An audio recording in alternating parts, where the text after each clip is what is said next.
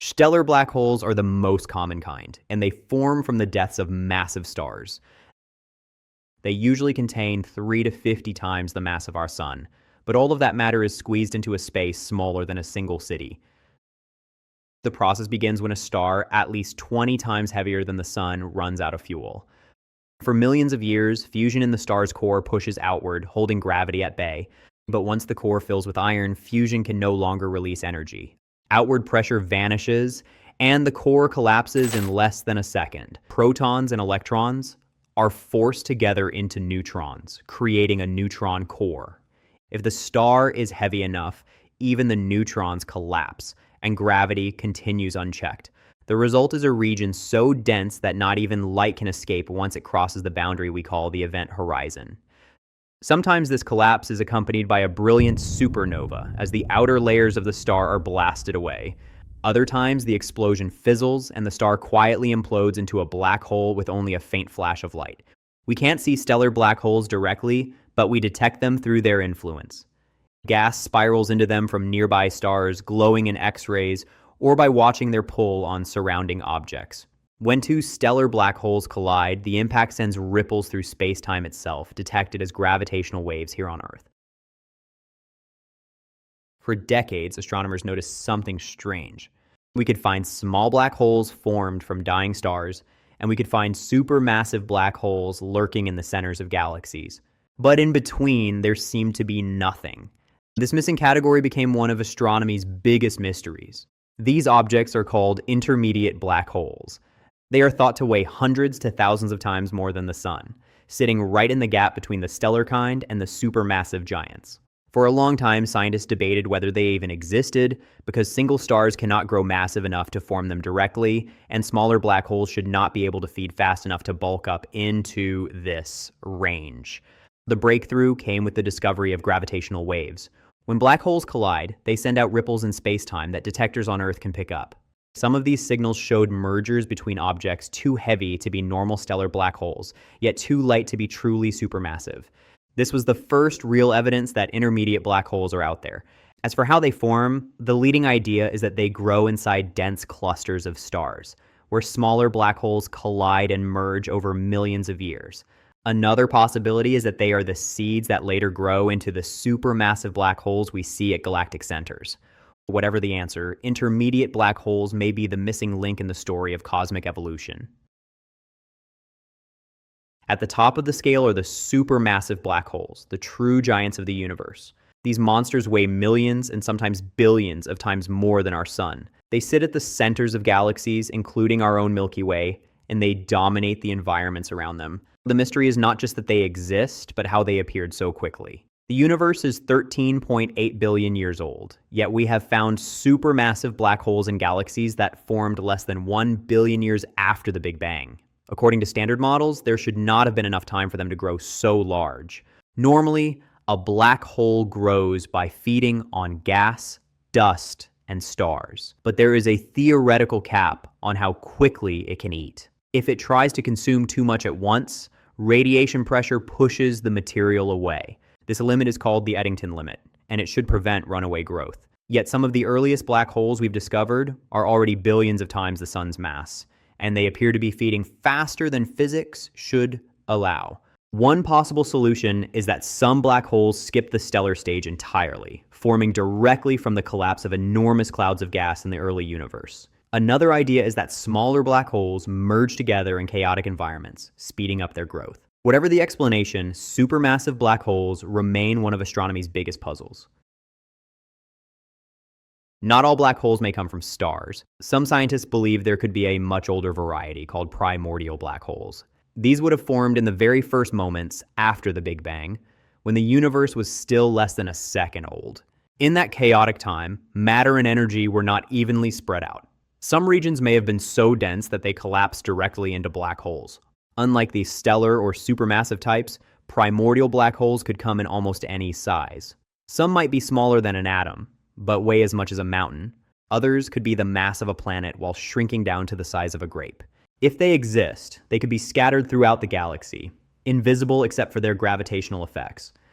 Astronomers have searched for them by looking for signs of gravitational lensing, tiny flickers of starlight caused when an unseen object passes in front of a star and bends its light. What makes primordial black holes especially intriguing is their potential connection to dark matter. Dark matter is the invisible mass that holds galaxies together, and we still don't know what it's made of.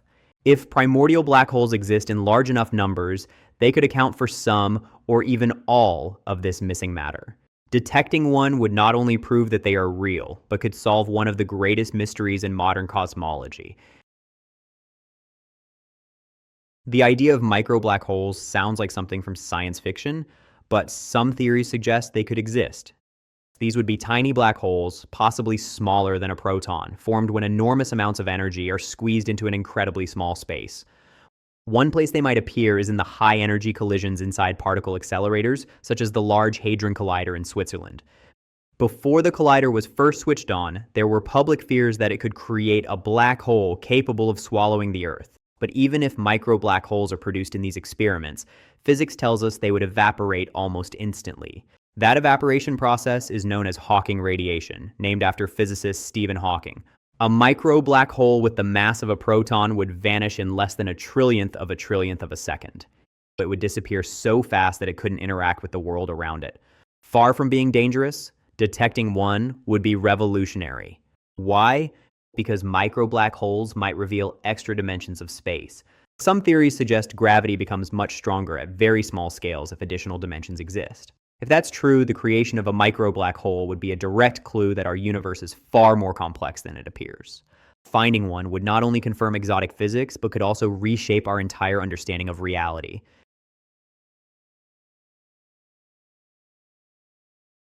Most black holes do not just sit still in space. They spin, often at extraordinary speeds, some approaching the maximum allowed by the laws of physics.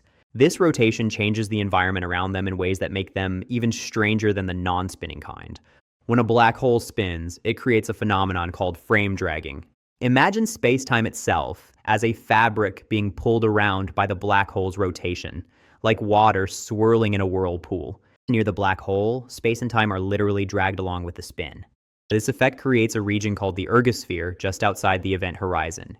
Inside the ergosphere, you cannot remain still. Even if you try to move against the rotation, space-time itself forces you to orbit along with the black hole. It's as though the very stage of reality is being swept around. One of the most fascinating predictions about spinning black holes is the Penrose process, a way to extract energy from them. If an object enters the ergosphere and splits apart, one piece can fall into the black hole while the other escapes. The escaping piece can carry away more energy than the original object had, essentially stealing rotational energy from the black hole itself. This process may sound like science fiction, but it is a real consequence of Einstein's theory of relativity. Some scientists even speculate that advanced civilizations could one day use spinning black holes as the ultimate cosmic power source. Most black holes we study are thought to be electrically neutral, but physics also allows for a more exotic possibility: the charged black hole. In theory, if a black hole formed with an imbalance of positive or negative charge, it would create a powerful electric field in addition to its extreme gravity. This type is known as a Reissner-Nordström black hole, named after the scientists who first worked out the equations a century ago. The presence of electric charge would make these black holes behave differently from the neutral ones we usually describe. For instance, instead of having a single event horizon, a charged black hole could theoretically have two: an outer horizon and an inner one, each marking a different boundary in spacetime. In practice, most scientists believe that real black holes would lose any charge quickly. That's because the universe is filled with plasma, free electrons and protons, that would be drawn in and neutralize the black hole almost immediately.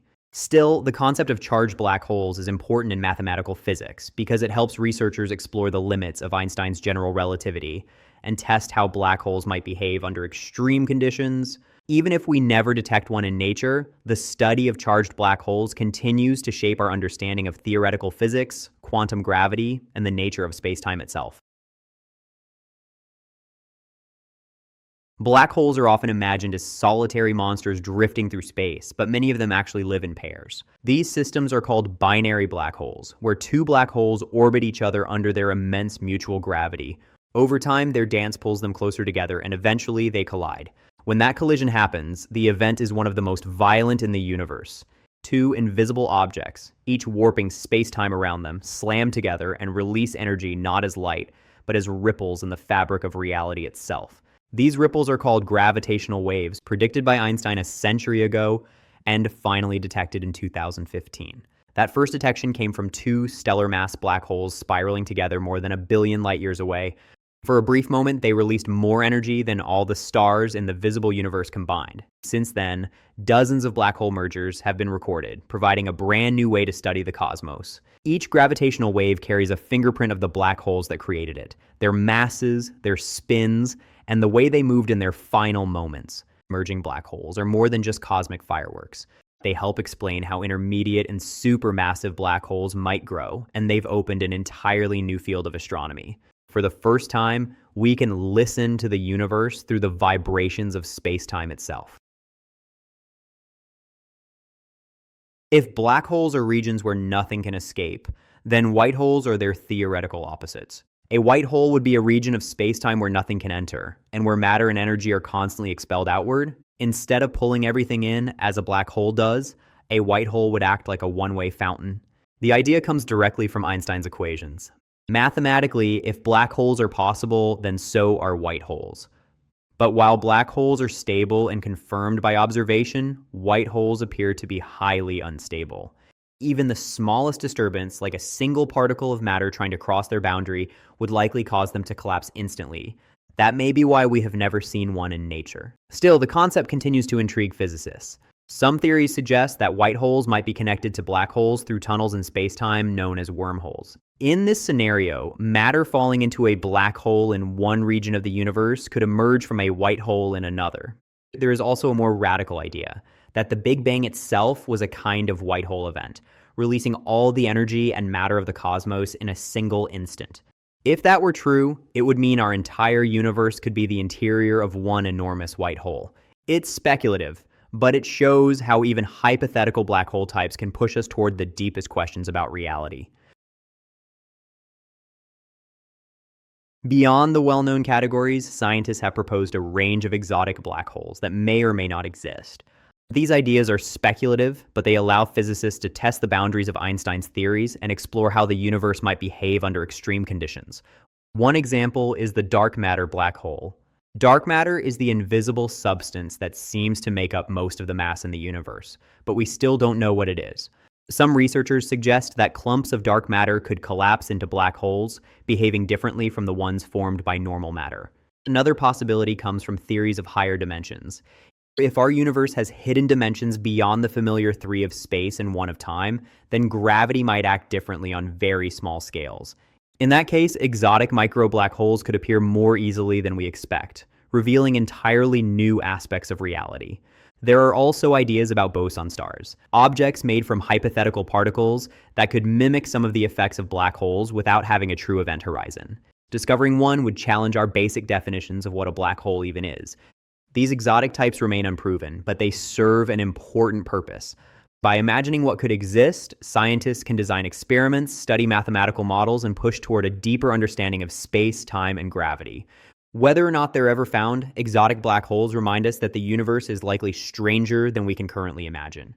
Black holes come in many forms, from the stellar remnants of dying stars to the exotic theories that stretch the limits of physics.